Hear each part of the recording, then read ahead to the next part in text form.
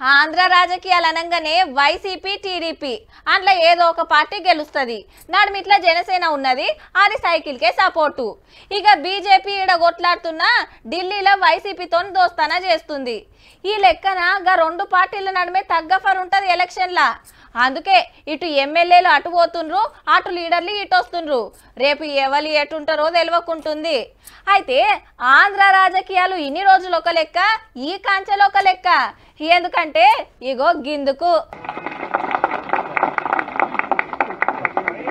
అట్లనే షర్మిలక్క పెన్మిటి అనిల్ సార్ కు కండువా కప్పబోతే వద్దన్నాడు. రాహుల్ గాంధీ సార్ చూస్తే ఎల్కని చెప్పిండు. 2.5 ఏళ్ల కింద పుట్టిన తెలంగాణ వైఎస్ఆర్టీపీ ఇక కాంగ్రెస్ పార్టీలో కలిసినట్టు. ఈ కాంచి షర్మిలక్క చెయ్యి గుర్తు లీడరు. కాంగ్రెస్ పార్టీ ఉన్నంత వరకు వైఎస్ఆర్ తెలంగాణ పార్టీ కూడా కాంగ్రెస్ పార్టీలో భాగమై ఉంటుంది. కాబట్టి దేశంలో ఎన్ని పార్టీలు ఉండగా కాంగ్రెస్ లోనే ఎందుకు షరీకైందో సుధ చెప్పింది.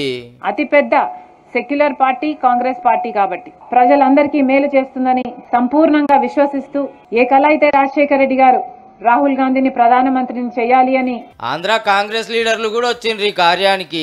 అటెన్క సోనియా గాంధీ మేడాన్ని కలిస్తే శుభాకాంక్షలు చెప్పిందట పార్టీకి వైఎస్ఆర్ సేవలు యాద్ చేసి. అట్లనే ఇంకా కొందరు పార్టీ పెద్దలను కలిసింది.